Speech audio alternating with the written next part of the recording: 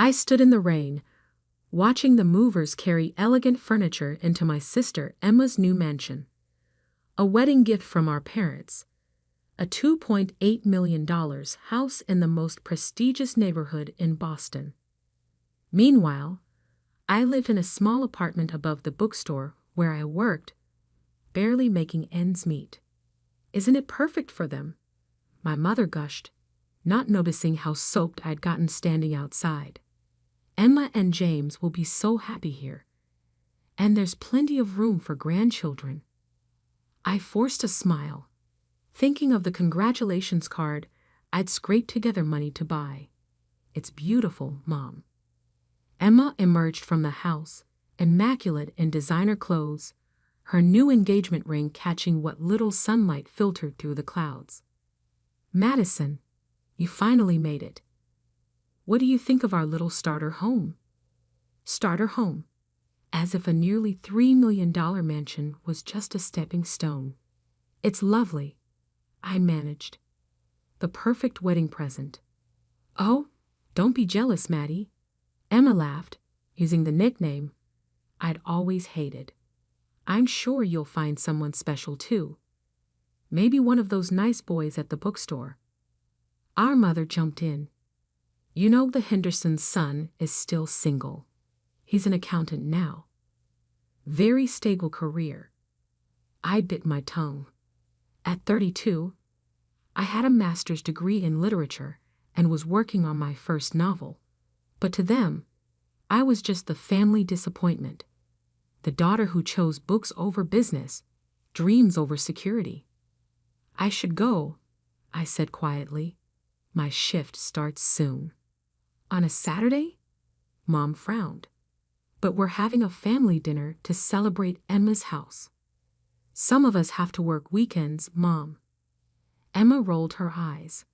Still so dramatic, Maddie. This is why you struggle, you know. Always choosing the hard way instead of accepting help.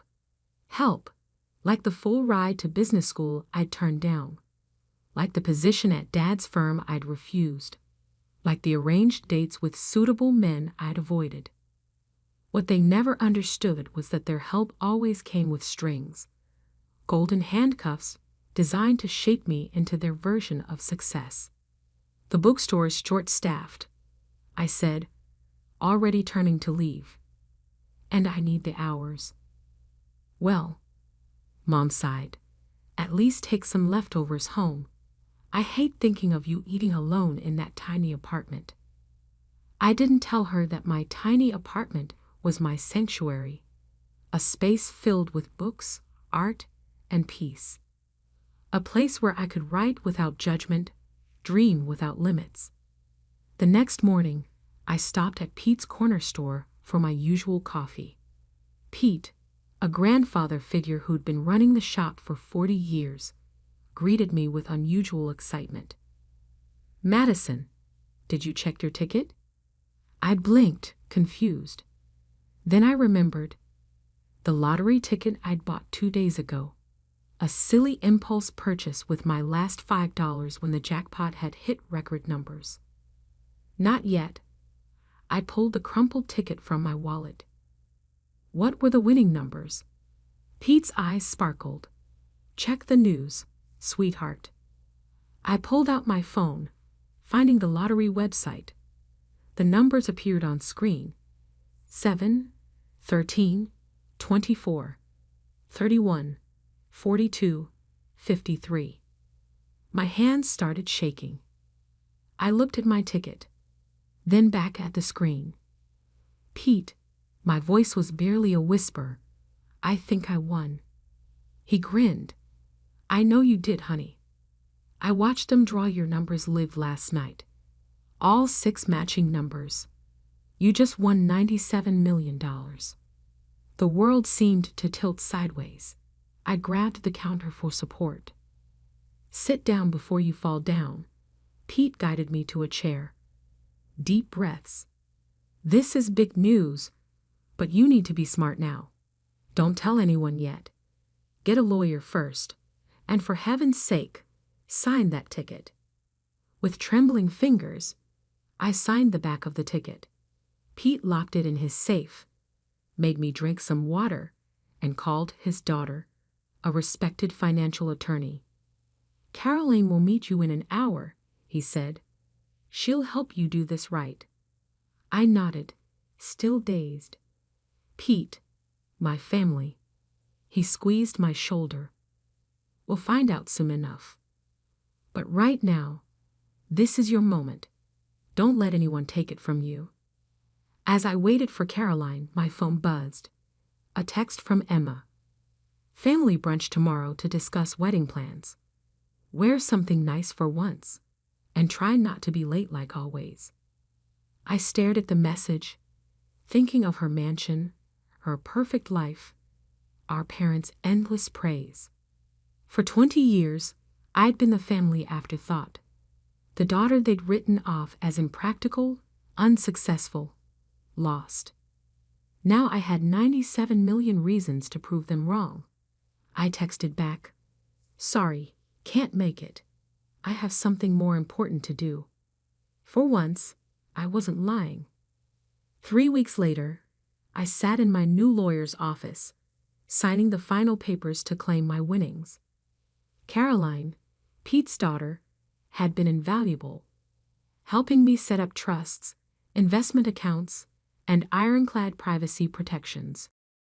"Remember," she said, reviewing the documents, "once we submit these, your name becomes public record. Are you ready for that?" I thought of the changes I'd already made. I'd quietly resigned from the bookstore, leaving my manager a generous check to help hire and train my replacement. I'd bought a beautiful but modest house in a quiet neighborhood, using a trust to keep my name off public records. And I'd started the groundwork for my own publishing company, determined to help other overlooked writers find their voices. "I'm ready," I said firmly. The next morning, my face was splashed across every news outlet in Boston. Local writer wins $97 million lottery jackpot. Bookstore employee becomes multimillionaire overnight. Madison Bennett claims record-breaking prize. My phone exploded with messages. Old classmates, distant relatives, forgotten acquaintances, all suddenly remembering my existence. But the messages I was waiting for came last. First, Emma. "OMG, Maddie. Why didn't you tell us? Call me immediately." Then Mom. "Madison Elizabeth Bennett. How could you keep this from your family? We're coming over right now. Where are you living?" Finally, Dad. "Your mother is hysterical. Call us this instant." I turned off my phone and poured myself a cup of tea, settling into my new home office. Through the window, I could see the garden where I planned to create a reading nook. The morning sun painted everything in soft gold, making the moment feel almost magical. My doorbell rang. Through the security camera, another of Caroline's suggestions, I saw them. My parents and Emma, standing on my porch. Emma was dressed like she was heading to a photo shoot, while my mother kept smoothing her designer dress nervously. I took a deep breath and opened the door. "Madison," my mother burst out. "We've been so worried. Why haven't you answered our calls? And how did you afford this house? The lottery money hasn't even been released yet and—" "Hello, Mother." I cut her off calmly. "Would you like to come in?" They filed into my living room, taking in the tasteful furnishings and wall-to-wall bookshelves with barely concealed surprise. "Well," Emma said, running a finger along a shelf, "I suppose now you can finally move to a better neighborhood. Maybe near my new house. There's a lovely little colonial for sale, only $4 million. "I'm happy here," I interrupted. "But thank you for your concern." "Maddie, darling." My mother leaned forward, her voice dripping with honey. "You have to understand our shock. This is life-changing money. You'll need guidance, proper financial advice. Your father knows several excellent wealth managers. I have a team of advisors, I said. And it's Madison, not Maddie. Don't be difficult, Emma snapped. We're trying to help. God knows you've never been good with money. Like that time I loaned you $10,000 for your starter business, I asked quietly. The one you never paid back. Emma's face flushed. That was different. I needed. What you needed was to take responsibility. I stood up, my voice steady.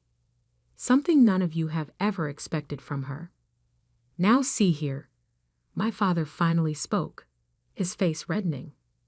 We've always supported you both equally. I laughed, actually laughed. Equally. You bought Emma a mansion for her wedding. You paid for her business school, her first car, her perfect wedding. What did you give me for graduation? A lecture about practical career choices. Because we worried about you, my mother cried. Your choices were so impractical. We just wanted. You wanted me to be like Emma, I finished. The perfect daughter, the sensible one. Well, guess what? My impractical choices led me here. My job at the bookstore, the one you all look down on, is where I bought the winning ticket. And now you can finally have a real life, Emma said, as if she was being generous. We can help you invest, get you into the right social circles. No. The room fell silent. What do you mean no? My father demanded. I walked to my desk and pulled out 3 envelopes.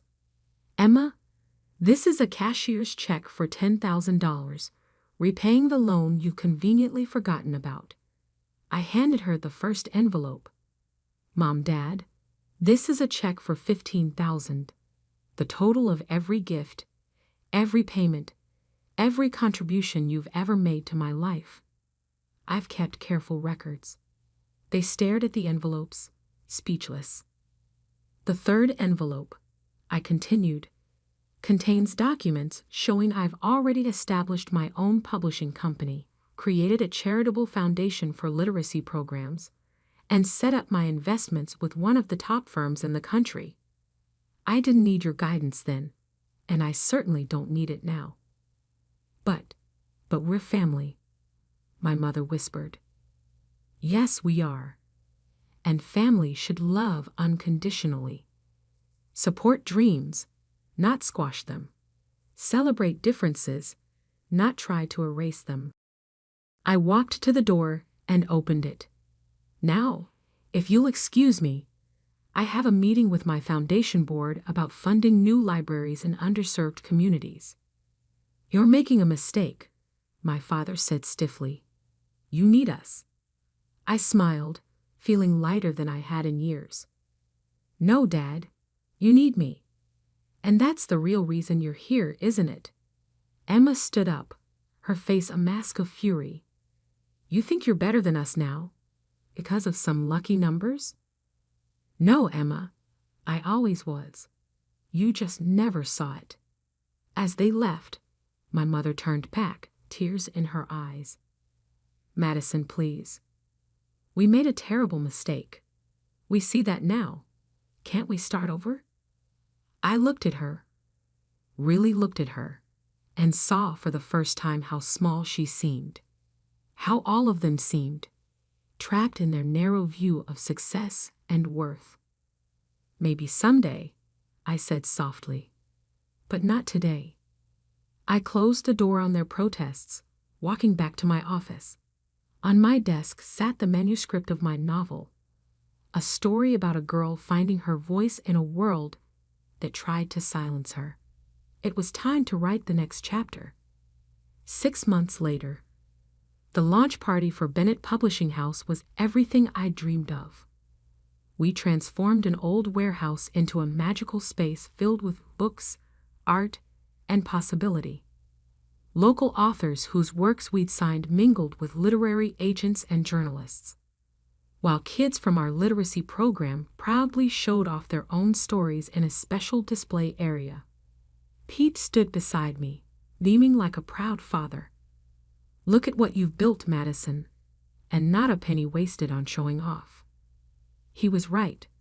While I could have easily bought a gleaming downtown office tower, I'd chosen to renovate this historic building instead, creating a space that felt like home to writers and readers alike. The millions I'd won had been carefully invested in education programs, in supporting new authors, in building something meaningful. My phone buzzed.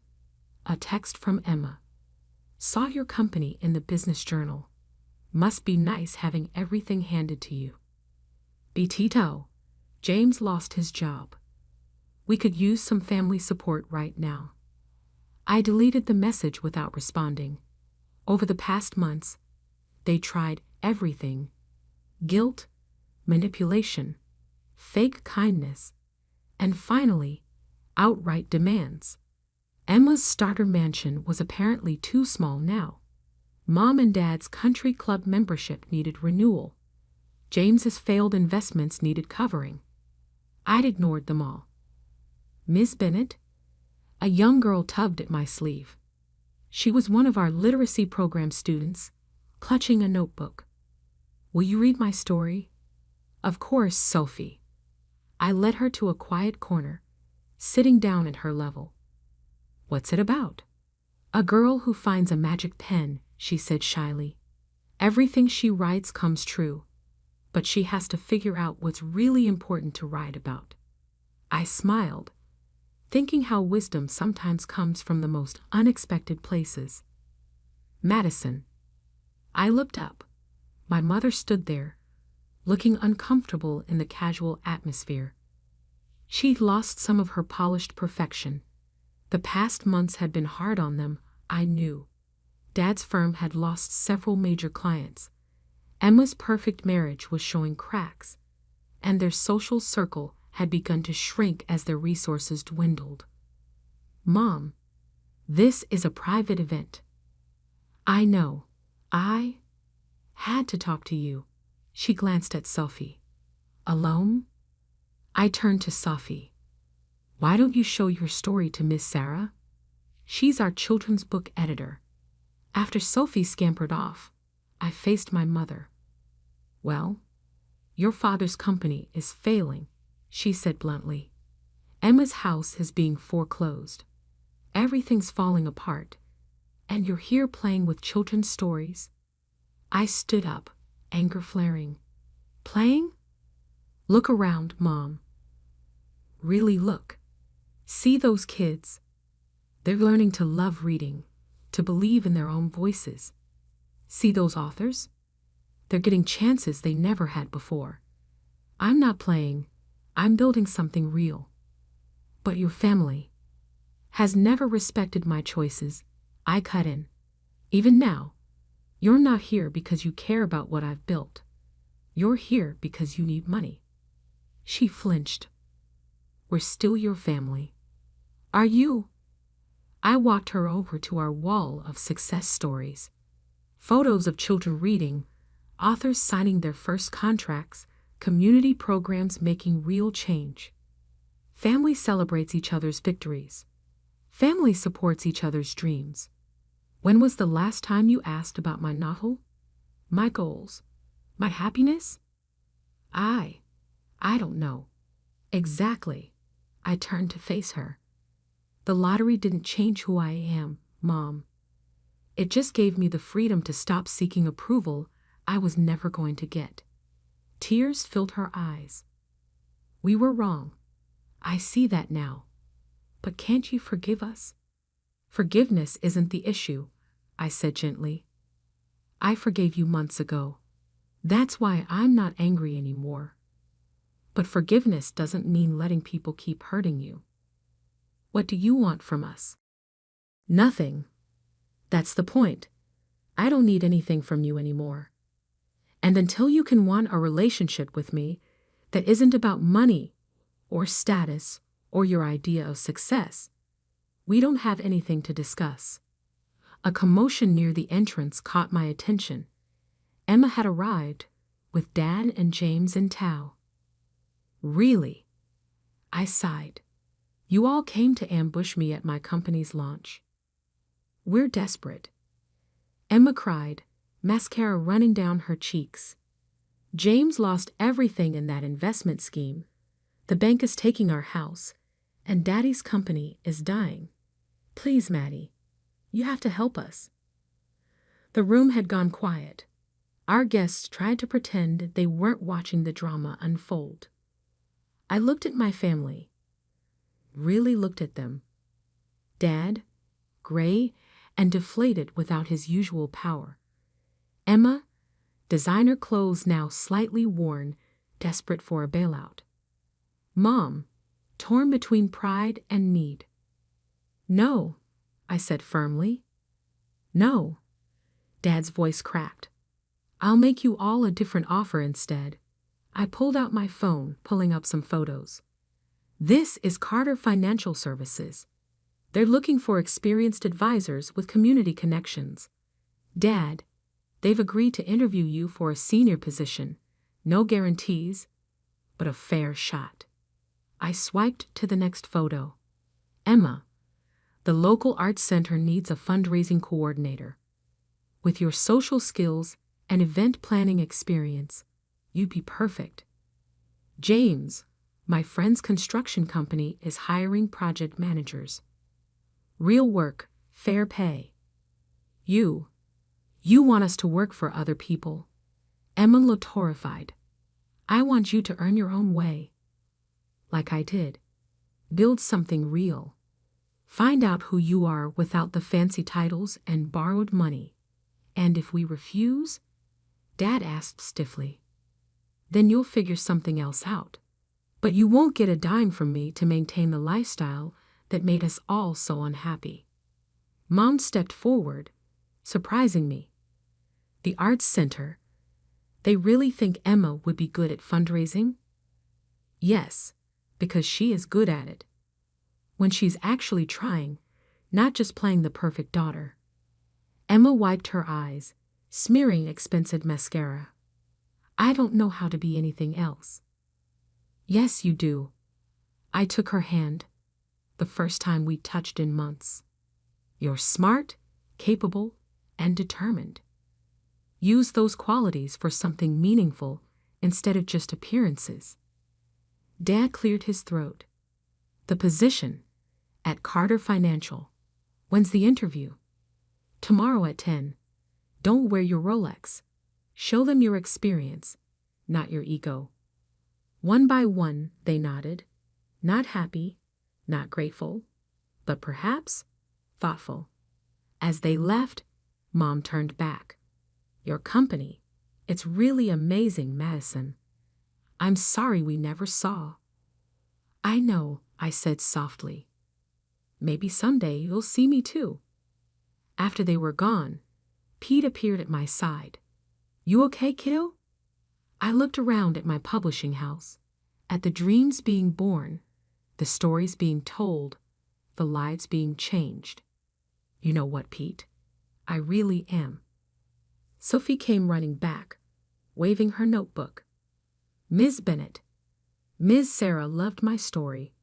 She said maybe someday it could be a real book. I knelt down beside her. Want to know a secret, Sophie?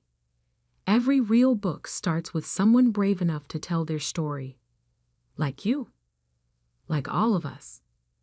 Later that night, I sat in my garden reading nook, working on my novel. My phone buzzed with a text from Emma. I have an interview at the Arts Center tomorrow. Any advice? I smiled, typing back, be yourself, your real self. The lottery hadn't just given me millions. It had given me the chance to show my family and myself what real wealth looked like. Not the money in my bank account, but the courage to finally be exactly who I was meant to be. And that was worth more than any number could measure.